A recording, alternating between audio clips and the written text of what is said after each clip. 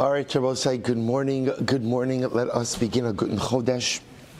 I apologize, I don't have the current sponsorship information, so my apologies. I do have that our Talmud Torah sponsors for the month of Cheshvan are Azriel and Iris Miller, in honor of the holy soldiers of the IDF and in the schus of the ongoing strength and endurance of our brothers and sisters in Eretz Yisrael. Al Talmud Torah Meretz Hashem should be a schus for all of them, and Halavai should pave the way for Shalom B'Karov. All right, to both say with that, I apologize again. We'll post the sponsorship information a little bit later on the chat once I have it. But with that, we'll have to begin. So today's daf is Samech Dalid 64. And we are picking up in Meretz Hashem on Samech Gimel Amud Beis. We left off Ibaylehu Ma'u Liskol Al Yado. Actually, we made good ground yesterday. So we are picking up. This is 2, 4, 6, 8, 10, 12, 14, 16, 18 lines up from the bottom. So if you remember again, we're dealing with a very interesting Mishnah where the father said, "I was Mekadesh my daughter. I don't know to whom I was Mekadesh her." And then we had a variety of different variations of that case. So here's the shaila. In this case, where the father comes along and says, "I know I was Mekadesh my daughter," and ultimately again, I don't know to whom it was. The Gemara asks, Ma'u liskol al yado. So if someone, let's say again, here, look at Rashi. Rashi says over here, Ma'u liskol al yado, shala'av kilomar al piv, im amar kidash yezbiti, ve'edei kiddushin ein ba'in lefanenu, v'zinsa, ma'u lahachsik al piv kidinara murasla sokla. So we'll say, here's the shaila. So ultimately again, thank you. So ultimately again, do we go ahead and say that the father's testimony that he went ahead and was Mekadesh's daughter is enough to go ahead and create liability for a death penalty? So if someone were to have relations with this girl who's not her husband, would that be called the case of Nara Murasa and generate capital punishment? So Rav Amar in Soklin, Rav says, no, we do not administer skila. In other words, the father's testimony is enough to impact her status, but it is not enough ultimately again to actually generate capital punishment liability for someone else. Rav Asi Amar Soklin. Rav Asi says, no, we would even go ahead and give skila based on the father's testimony. So Rav Amar in Soklin, Rav said we don't give skila. Kol hemene rachmana, I'm sorry, ki hemene rachmana la'av lisura l'kta lo hemne. So Rav says, no, when the Torah believes the father, right? We're going to see the Torah vests the father with the credibility to say that he married off his daughter. What is that? What's the extent of that credibility? To say that she's married to impact her status, but not to generate a capital liability for someone else. Rav Asi Amar Soklin, Rav Asi says ultimately again, it's enough to generate an obligation of skila. L'kula milsei heimei rach la'av. Ultimately again, the Torah believes the father for all matters. In other words, it's not just status, but it believes him ultimately again to generate capital liability as well. So Rav Asi says, Umodina, I would agree that ultimately again there is no skila, but omeres niskadashti. So we'll say, so this machlokes ultimately again is only when it's the father claiming that he was Mekadesh the daughter. But Rav Asi says that halacha l'maisa. Welcome back, Dr. Milner. Baruch haba. Right? But ultimately, again, Rav Asi says that halacha l'maisa, I would agree in a case where she says, ultimately I accepted Kiddushin, but again, I don't know to whom, she'in soklim, that ultimately, again, that does not generate a skila liability. Now, why distinction between she says it and he says it? Look at Rashi, 3 lines up from before Rashi gets wide. Pamer says Kadashi, v'zinsa achakim, she'in soklin o alpia, v'avavi shechziga atzma kodem as nos bechazkas arusa, v'tar f'ashraza. So we'll see why. So just pause here for just a second. Here's what we have. We know from our Mishnah that a father is believed to say, I was Mekadesh my daughter. Right? The truth is we haven't established exactly why that's so. We'll talk about this actually at the end of this sugya. But Lamaisa, that's what we have established. That a father has the credibility to go ahead and do that. Now our machlokes is, right now our machlokes, by the way, it's more than that. Even he could even say I was a chajda and I don't even remember to who it was. Right? That's the extent of the father's credibility. The machlokes now is, what is the extent of that credibility? Is that enough to generate capital liability? So if this girl has relations with someone, let's say for sure who the father knows was not the guy, right? So does that create adultery? Like, is that nara murasa? Is that skila? Or no, it could impact her status, but cannot go ahead and generate capital liability. So that's machlokes. Rav says only status, no capital punishment. Ravasi says even capital punishment. But everyone agrees that this is only, in other words, machlokes. Ravasi saying capital punishment only when it's the father who's claiming that he was Makadish daughter. But if the daughter claims I was Makadish myself, but I don't know to whom, everyone would agree no capital liability in that case. Okay, so let's analyze. Ravasi says, I agree, but I'm sorry, so we did define it. Ravasi, Hani Shmaisi Sadidi, Mirafsan Igri. I know that my statements are enough to smash through roofs. In other words, that my statements are a little bit difficult to swallow. After all, again, hashta uma b'makom shimba lichnos kones, in a place, in a situation, ultimately, again, where we would allow, ultimately, the man who comes along and says, I'm the husband, to marry her. So omrat soklim, we say that generates skila liability. I will say that first, the case where the father says that I was mekadosh my daughter to someone, I don't remember who. A guy comes along and says it was me. That we believe him. That would generate skila liability. Makom shimbalich in kones in odinsha soklin. So they both say in a case where we don't know, right, where we wouldn't believe who the suitor was, i.e., when she says I was makadosh to myself to someone, but I don't remember her, certainly there should be skila liability. Velohi, Rav says it's not true. Lav hemnei rachmana l'dideh lo hamner. So both say here's a distinction. Only a father is vested with the credibility to say I was makadosh my daughter to someone. The girl herself is not. And I'm definitely using the notion girl, because remember, who are we talking about over here? Who's talking about over here? Anara, right? Remember again, a bogeres would be a different parsha. So the idea over here is the Torah only vests the father with the credibility to ultimately say that halacha l'maisa, I gave my daughter over in marriage. Rav Chisda Amar echad zevi echad zez soklin. Rav Chisda says, so we're still with our machlokes, same machlokes, Ravasi and Rav. When a father says was mekadesh my daughter, so we know from a status perspective, everyone agrees that ultimately, again, she has the din of a mikudeshes. She is betrothed. Question is it just status, or can it literally generate capital liability as well? Rav says no skila. Ravasi says yes skila. But everyone agrees that this only applies in a case where it's the father himself making the statement. If it's the na'ara who's making the statement, she is not vested with that level of credibility to generate capital liability. Good. Rav Chisda Gemara says as follows. Rav Chisda said,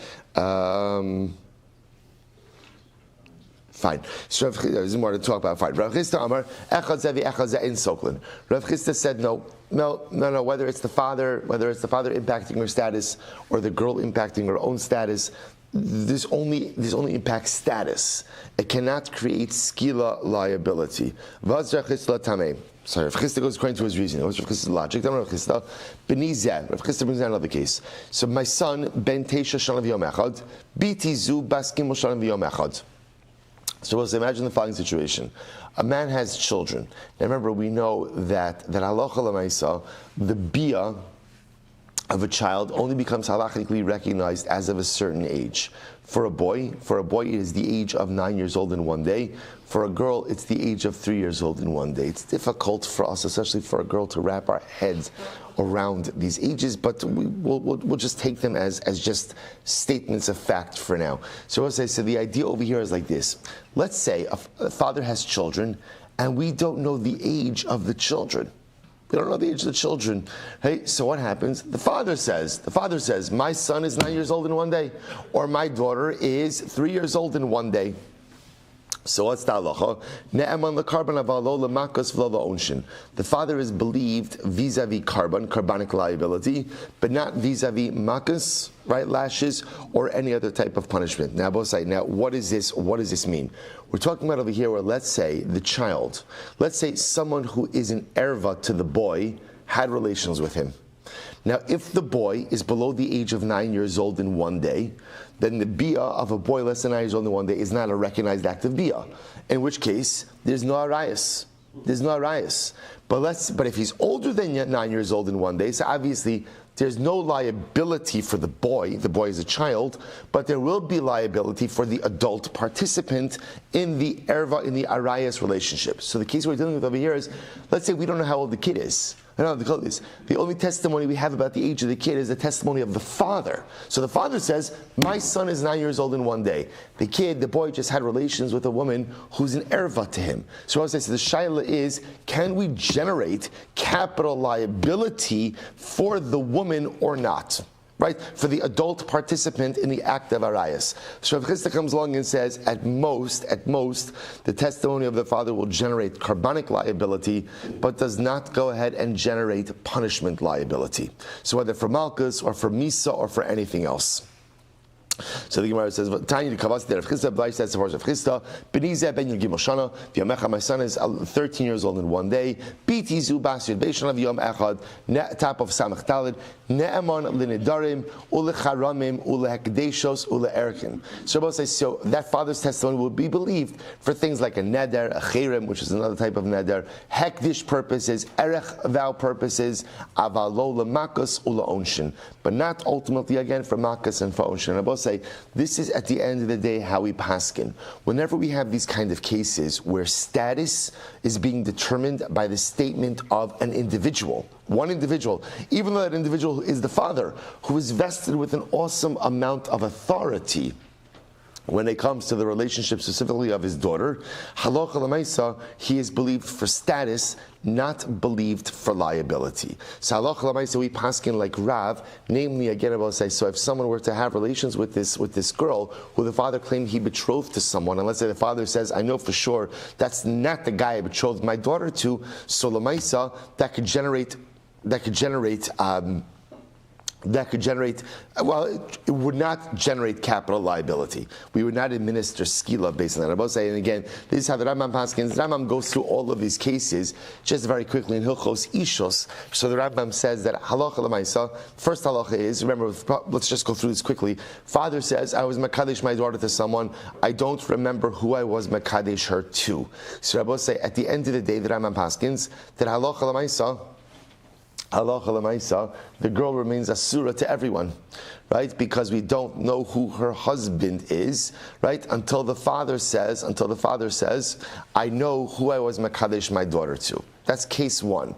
Case two, someone steps forward and says, I am the guy who you are makadesh your daughter to. So the Rambam says, Ne'eman I'af lichnos. So let's remember again, so the Rambam Paskins ultimately again, like Rav Asi, namely that when the guy steps forward and says, I'm the one, he is believed. And he's believed even to live with her as her husband. In other words, he's believed totally to say that he is the guy. If two people show up and say, I was the one who was a Kadisher, I was the one who was a Kadisher, so what's the halacha?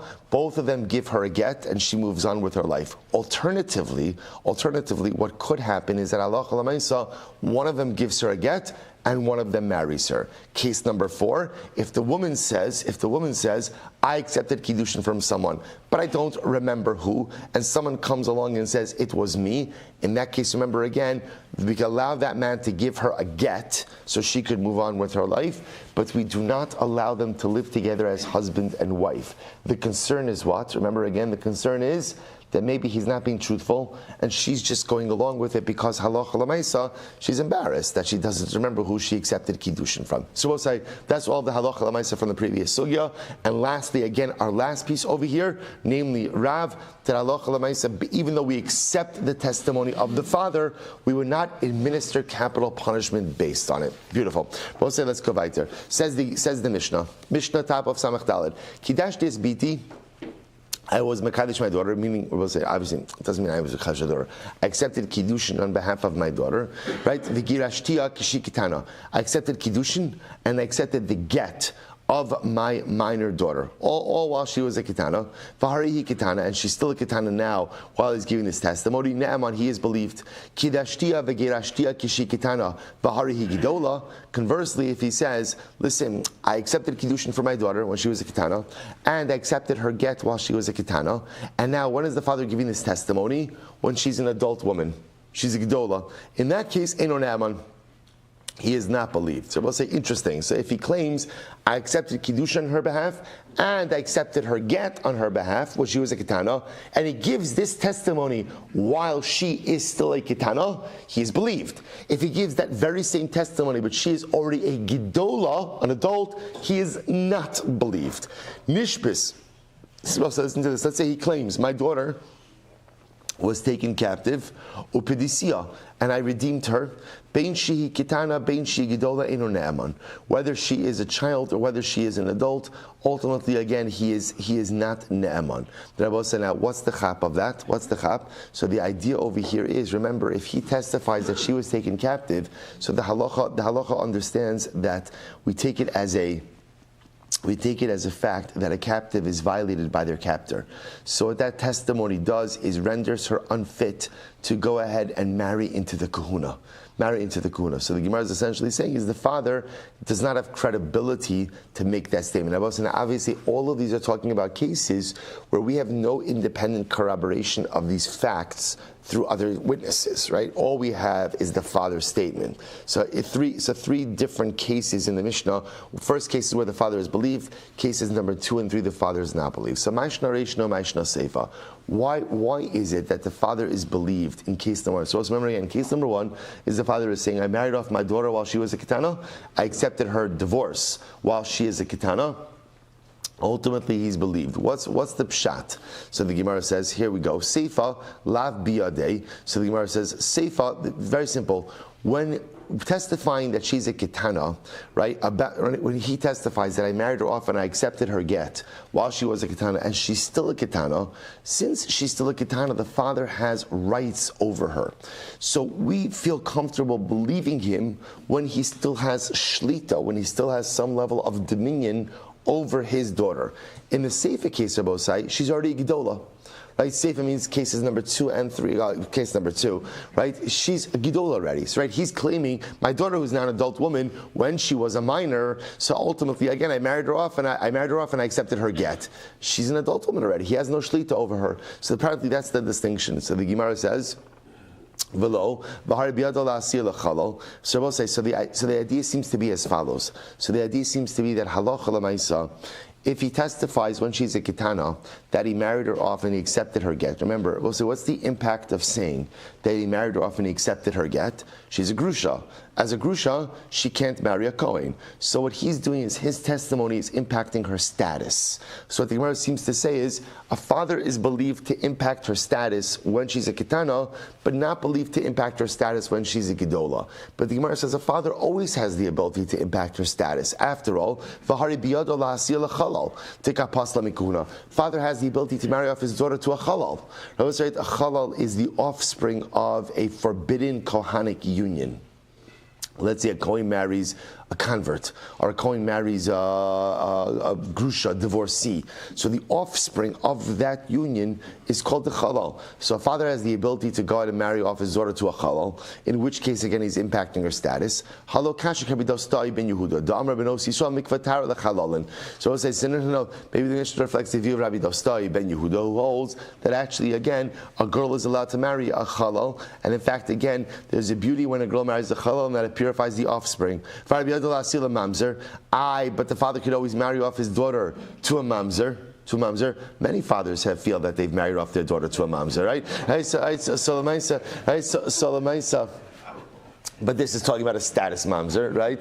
Not a behavioral one. So we'll say, so Lamaisa, the Gemara says over here, so we'll say, so the point the Gemara is making over here is what? The point the Gemara is making is that a father always has the ability to impact his daughter's status, because technically speaking, he can marry off these girls. He can marry off these girls ultimately, again, to people who impact their status. So for example, a father can marry off his daughter to a mamzer, and I will say, again, that literally impacts her status and the status of the offspring. Rabbi Akiva, Damar in Kiddushin Tovsin b'chayvei lav. No, our Mishnah reflects the view of Rabbi Akiva, and Rabbi Akiva holds. I will say, remember again, this is the dramatic sheet of Rabbi Akiva that I think we probably were first introduced to in Yevamos. I think was the first time. So Rabbi Akiva has this wildly stringent position that Kiddushin doesn't take effect in any prohibited scenario. See, even if you have a relationship, quote unquote, only punishable by a lav, by a prohibition, Kiddushin doesn't take effect. So therefore, our Mishnah reflects the view of Rabbi Akiva, and therefore, halacha l'maisa, Kiddushin doesn't take effect with Chayvei Lavin. But a father has the ability to go ahead and marry off his daughter. Let's say she's an Almon Rabba, says she was a Ketana, right as a Ketana, her husband died. Father can marry off to a Kohen Gadol, which again would impact her status. Rabbi Simai, Omer Minakol Os Rabbi Akiva Mamzer Chutz Me Almon Kohen Gadol. So Rabbi Akiva would go ahead and literally say that any forbidding union, this is dramatic. We don't pass him this way, obviously, because so it would be a mess if we paskin this way. But Lamaisa, Rabbi Akiva holds that halacha Lamaisa, every union produces mamzerim, except for Amana to a Kohen Gadol. Shari Amra Torah lo yikach v'lo yichalel. Pasuk says, ultimately, again, he cannot take her in marriage and cannot profane. Chilulim osa, vein osa mamzerim. Ultimately, again, marriage of an almana to a kohen gadol creates chalalos, right? It creates a chalal, but doesn't create mamzer. Rabbi says, Rabbi Shavev, damar bo nitzavech Akiva ben Yosef, shayos shahaya omer kol shein bia b'Yisrael havlad mamzer. So hani yichal Rabbi Shavev, ilet hamedinav sheshapir. So we'll say, it makes this clear Rabbi Shavev. Rabbi Shavev is espousing his own ideology. But at the end of the day, if he's just coming to exclude the position of Rabbi Simai, first white line of both, a father could always go ahead and still marry off his daughter to people who are prohibited not through a prohibition, but through an asay.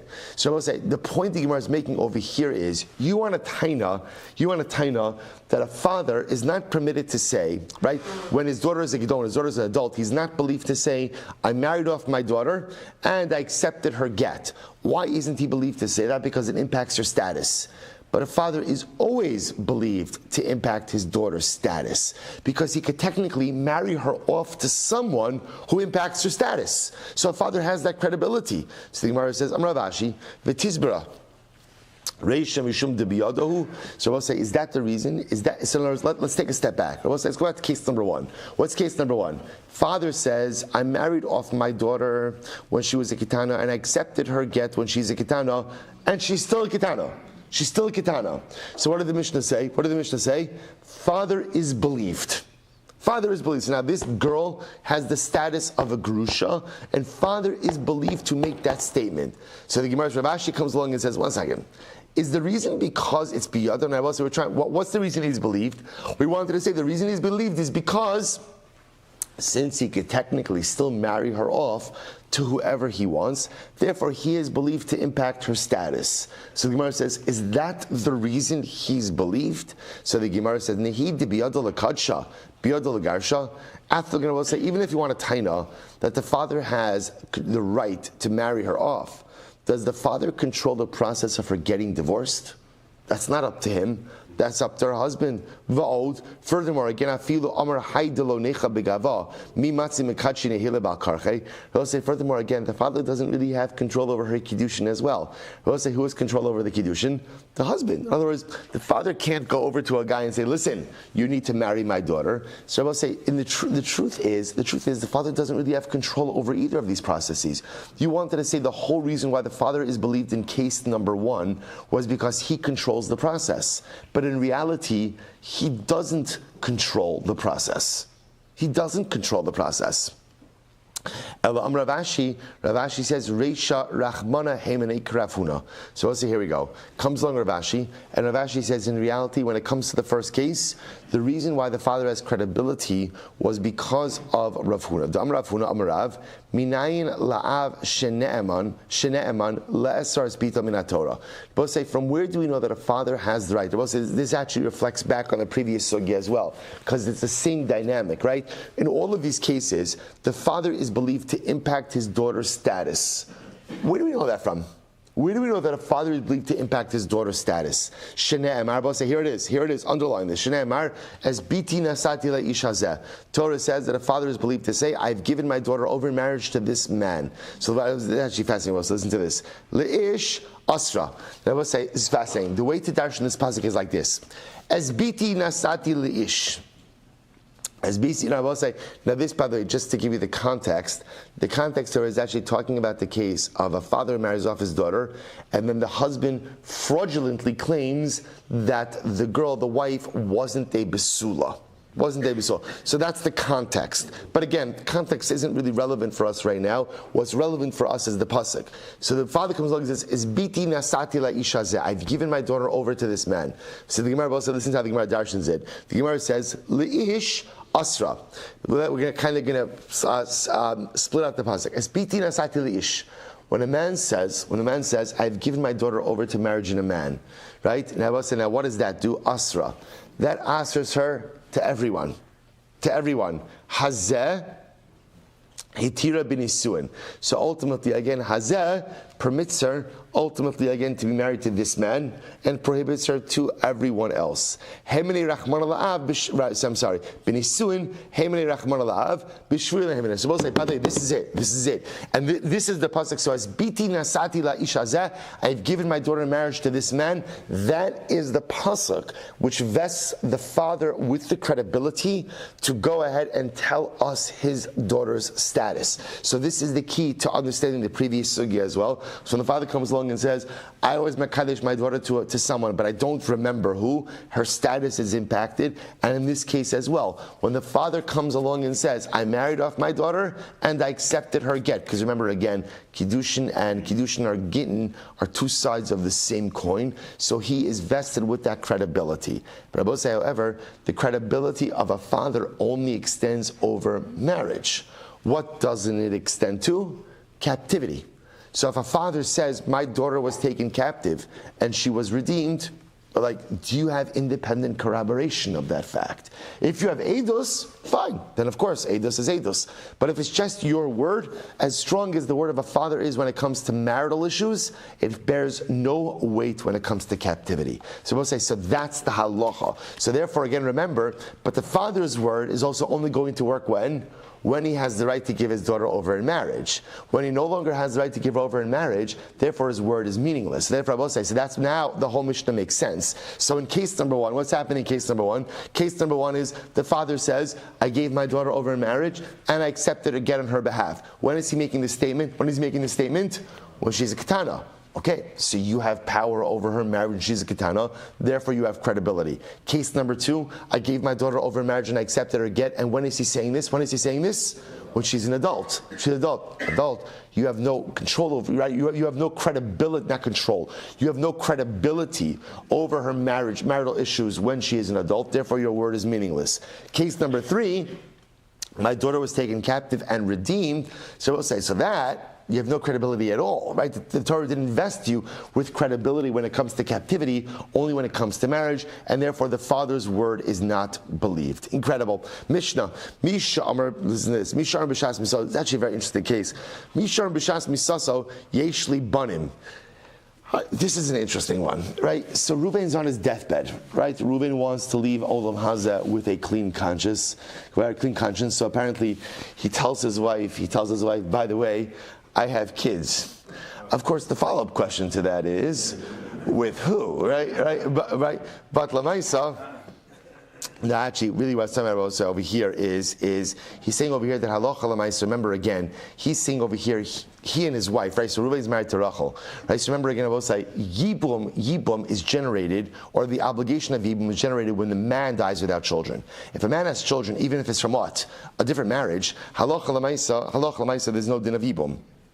Right? So let's say again, what happens over here? So Misha Omer B'Shas Misaso. So a man says to his wife, at the time of his death, or a man makes a declaration, at the time of his death, Yeshli Banim, I have sons. And therefore by making that statement, his wife is no longer obligated in Yibum upon his death. Look at Rashi, Yeshli Banim Vein Ishto Zekuka Liyavam. That's the point over here. So he's supposed to say, we never knew he had kids before. Now there's a deathbed revelation that he has kids. Ultimately, again, he is believed and his wife is freed from Yibum obligation. Yeshli Achim, now watch this. Let's say on his deathbed, he discloses, I have brothers. Now, we never knew he had brothers before, right? As far as we knew, he was an only son.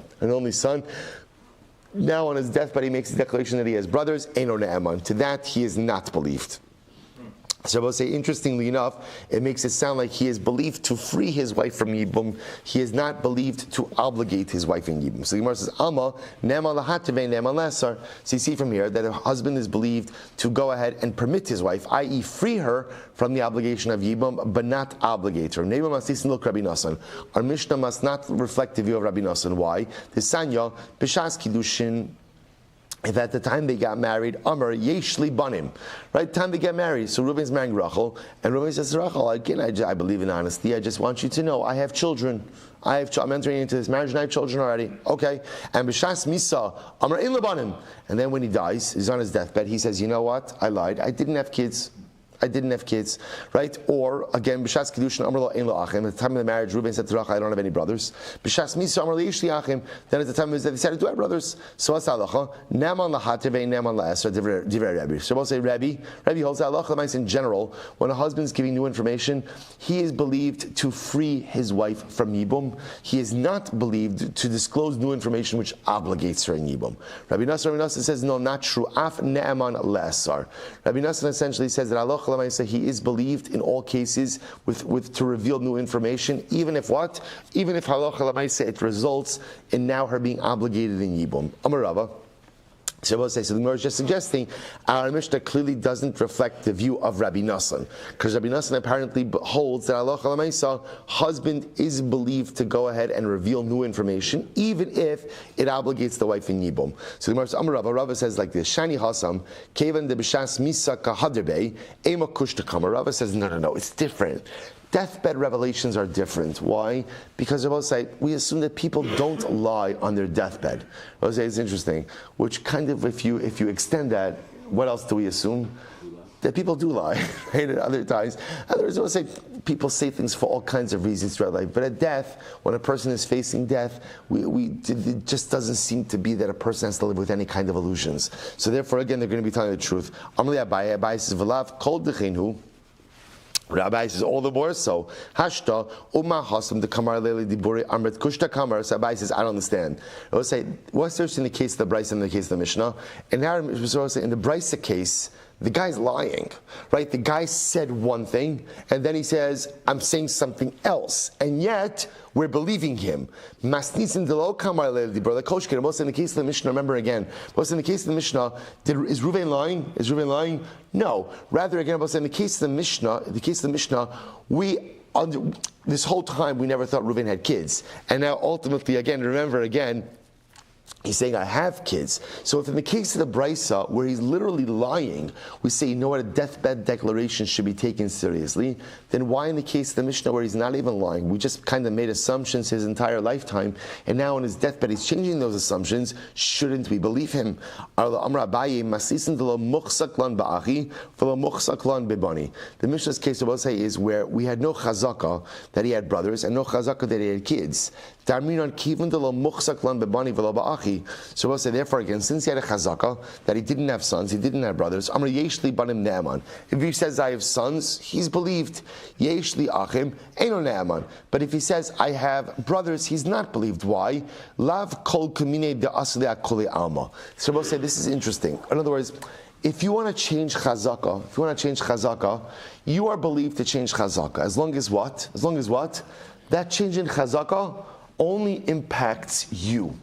The moment that change in chazaka impacts someone else, why should we believe you? In other words, we'll say, it's just remember, what is chazaka? We've learned this many times before. What is chazaka? Chazaka creates a presumption, creates a legal reality. If you want to change chazaka, there's a mechanism to change chazaka. Now, if you want to change a chazaka that only impacts you, so Reuben's on his deathbed, he says, I have to tell you, I have children. We say, okay, mazel tov, I don't know, well, fine, good for you. Why? Because it doesn't matter. It doesn't matter. At the end of the day, right? But Lamaisa, you want to say that you have brothers. You want to say you have brothers. So now, again, halacha Lamaisa, now your statement is triggering something that could dramatically impact someone else. So that chazak, we're not going to allow you to simply change it. I'll say, it's a tremendous yisod in life in general about, well, we'll get to this afterwards. Brisa. What's the case of the Brisa? Amud Beis. Brisa, the muchsak lan ba'achi, for the muchsak lan bebani. The Brisa's case of Osei is where we had a presumption that he had brothers, but we didn't have a presumption that he had sons. So Osei, so now remember again, in the case where there was a chazaka that he had brothers but not sons, so therefore Osei, what does that do? That already makes her subject to Yibum. So in other words, the chazaka case was that, so in other words, in the Mishnah's case, the chazaka case is that ultimately, again, she wasn't eligible for Yibum, right? So Lamaisa, so you want to change around chazakas, that's fine as long as you don't make her eligible for Yibum. In the Brisa case, the chazaka was he had brothers and he didn't have sons, which means the chazaka was she was eligible for Yibum. Daminon ma li l'shaker. Because I will say in that case over here, therefore when he comes along and he says, right, he says that ultimately, again on his deathbed, that I have sons. So we say Mali l'shaker. We'll say Mali l'shaker is actually a halachic concept that says, why should he lie? Now we'll say Mali l'shaker means when a person makes a statement that he didn't need to make. So that kind of proves the veracity of the statement. Because we'll say in general, why do people lie? Why do people lie? When they want something, when they need something, like there's a constant halacha of ein adam chotei v'lo lo. People sin when they benefit from it. They don't sin when there's no benefit. So saying that people lie when there's a benefit from it. If there's no benefit from lying, then why do they need to do it? So Gemara says, "Ma'ale l'shaker." So Gemara says, "My commerce." So we'll say, so when a guy's on his deathbed, so remember, in case of the Brisa, there's chazaka that he has brothers, chazaka that he doesn't have sons. So his wife is eligible for Yibum. Now on the deathbed he says, I have sons. So what's the halacha? We believe him. Why do we believe him? Why should he lie? Now we're going to say, no. What do you mean, why should he lie? So you know why he's introducing sons to the equation? So why is he introducing sons? He doesn't want his wife to be eligible for Yibum. So Gemara says, my car lifter me yavam, masi amar patron lebegita. So I'll say, if he wants to exempt his wife from Yibum, there's a much better way to do that than inventing a whole new family, right? Which is what? Give her a get. Remember, you say you could give a husband could give a woman a get that is triggered retroactively a moment before his death. That is the easiest mechanism to circumvent Yibum. You do not have to invent a family. So when a guy is going to go ahead and say, I have kids on my deathbed, so I will say, so we believe him, because again, if it was just about exempting her from Yibum, there's a much easier mechanism. Rabbi Savar, Mali l'shaker ki edim dami.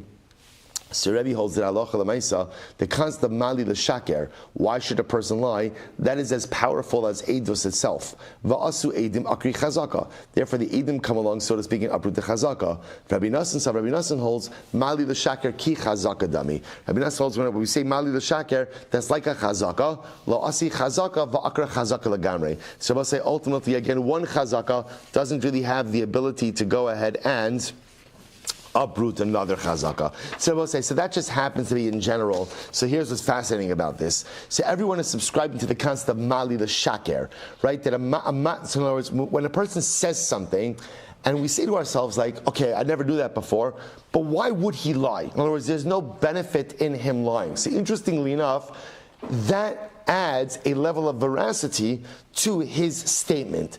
The shaila is, how much? This is fascinating. How much? So one opinion says, Mali l'shaker is like eidos. Suddenly it's like testimony. That statement is as powerful as testimony. Other opinion says, no. Mali l'shaker is not as powerful as eidos. What it's as powerful it is as powerful as chazaka. So I say, so what do we do with this case? So I'll just point out over here. Ultimately, again, the way the Rambam paskins is Ha'omer. This is in Hilchos Yibum v'Chalitza, actually. Parak Gimel Halacha Aleph. Ha'omer zebeni oshamer yeshli banim harei ne'amanu polteres ishto min Chalitza min Yibum. So the halacha is, if a man claims, now the Mishnah framed it as on his deathbed, because obviously that's when Yibum is triggered. If a man says on his deathbed, or at that matter for any other time in life, I have a son, or I have children, he is believed to exempt his wife from Yibum. He is believed. Similarly, if he says Amar ze achi or Amar yeshli achin, Eino ne'eman le'esores ishto la'anicha zekuka liyavam sherzem skalisar. So what I say, Salach l'maisa, the Rambam Paskins is, a man is believed to say, I have children, exempting his wife from Yibum. A man is not believed to say, I have brothers, thereby obligating his wife in Yibum. So both say, so obviously these cases are talking about, we had no idea that Reuven has kids. Reuven comes along on his deathbed or some other time and says, I have kids. I have kids. So he's believed to exempt his wife from Yibum. As far as we know, Reuven had no brothers. He comes along and says, I have a brother. We do not believe him to obligate his wife on Yibum. Incredible. Well, obviously, I'm giving you the shorthand halacha, but that's the takeaway. Mishnah, Hamakadish is Bito Stam. So let's listen to this. We actually had this case before. We've learned this case. So watch this. Reuven has, we're going to see, the case actually is going to be, is Reuven has a number of daughters. He goes, right, he is Mekadesh's daughter, right? Only one little issue, which is, he did not indicate which one. Right, so Mekadesh is Bito Stam, Eina Bogros Bichlal. So we'll say, so first of all, assuming over here that Reuven has adult daughters and minor daughters. I don't mean like minor daughters, like secondary daughters, but like minors of age. Right, so adult daughters and minor daughters. He was Mekadesh a daughter, he did not indicate which one. So what's the halacha? So first of all, the Bogros, the adult daughters are out. Right, because again, remember, Reuven as the father doesn't have the right to be Mekadesh's Bulgaria's daughter. So that's case number one. So the Bogros are out. Next case, so let's say Reuven is married to two women, Rachel and Leah. He has daughters from each of those women. Let's just call it two daughters from Rachel, two daughters from Leah. So what happens? Reuven goes out. He accepts Kiddushin. Now he doesn't remember for who, but all he remembers is he did it for his oldest daughter. Biti Agdol, my oldest daughter. Now what's the shayla? Ve'ini Odea, only thing is I don't remember, in Gidolos Shebigdolos, is it the oldest of the four girls? Is it the oldest of the four girls? Oh, Gidolos Shebigtanos. I will say maybe ultimately, again, the oldest of the younger set of daughters, O Kitana Shebigdolos, or maybe it's daughter number two of my first set of daughters, who is older than the second daughter. So just to frame the case properly, Reuven is married to two women, Rachel and Leah. He first has two daughters from Rachel and then two daughters from Leah. He comes along and he says, I accepted Kiddushin for my oldest daughter. So now the Gemara says, we don't know what oldest mean. Does oldest mean oldest of the four girls? Does oldest mean oldest of the second two, of Leah's two kids? Right? Does oldest mean the youngest of the first two who is still older than the younger two? So the Gemara says, so I will say, what's the halacha? Okay, kulan asuros. So I say, so the truth is all four are going to be prohibited. All four, chutz minak tana shebiktanos remeir. So I'll say the exception is the one girl who is fine is who? The youngest of the youngest, literally the biologically youngest daughter number four. Daughter number four, because they're both say, what's the suffix? The suffix over here is all of them technically, the first three of the four daughters could all be called technically a Gidola. Right? Daughter number one is the oldest. Daughter number two is older than the younger two. Right? Daughter number three is older than her younger sister. So all of them could be called Gidola. The only one who can't be called Gidola ultimately is the youngest. So therefore, again, all the first oldest three are asuros. The youngest one is not. So the Gemara says the youngest one is fine. So Kidash Tespiti Video Dea Im Kitana Shebigtanos Im Kitana Shebigdol. So we'll say same case. Reuven says, I was Mekadesh, my youngest daughter. So okay, now we don't know who's the youngest, right? Is it the youngest daughter number four? Or perhaps it's daughter number two of the first set, who's younger than her older sister. So kulan asuros chutz min hagdolos shebigdolos. So we'll say divrei Meir. Meir says all the daughters are asura, or the three youngest are all asr misafek except for the oldest one, right? Because the oldest can't be called the youngest under any circumstances. It's incredible. Rabbi Yossi says no. Kulan mutaros chutz min haktana shebektanos. Well, Rabbi Yossi says all of them are mutar except ultimately again except the youngest daughter number four. So we'll say what you see over here in the Mishnah, the fundamental machusin Rabbi Yossi. Do people make ambiguous statements? That's the machlokes. Rabbi Meir says absolutely people make ambiguous statements, and therefore Rabbi Meir in both of these cases, 3 out of the 4 daughters are going to be asr.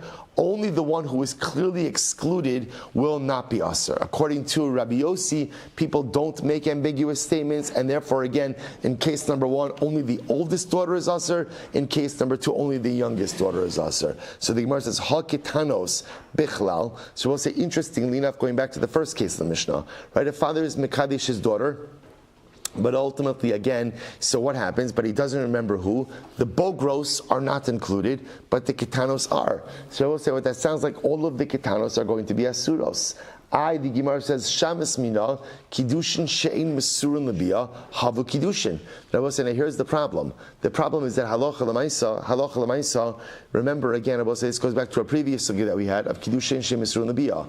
That what's the status of the Kiddushin that cannot result in biyah? So for example, in this case over here, so here where a man is mekadesh his daughter, he doesn't know which one, right? Therefore, again, I will say all of them should be asura to the husband because he can't have biyah with any of them because one of them may be what? The sister of his wife. But yet we're seeing they're all Safek Kiddushin. So you see from here that ultimately, again, even Kiddushin, Shein, Misrun, Labiyah, Savi Kiddushin. Hachamayaskina, we'll have to stop with this. Hachamayaskina, Kishein, Sham, Ella, Gidola, Ukitana. But say the case only there's two daughters. One Gidola, one Kitana. So the Gemara says, Vaha, Bogros, Katani. But it says Bogros in the plural, which makes it sound like there's also multiple Kitanos.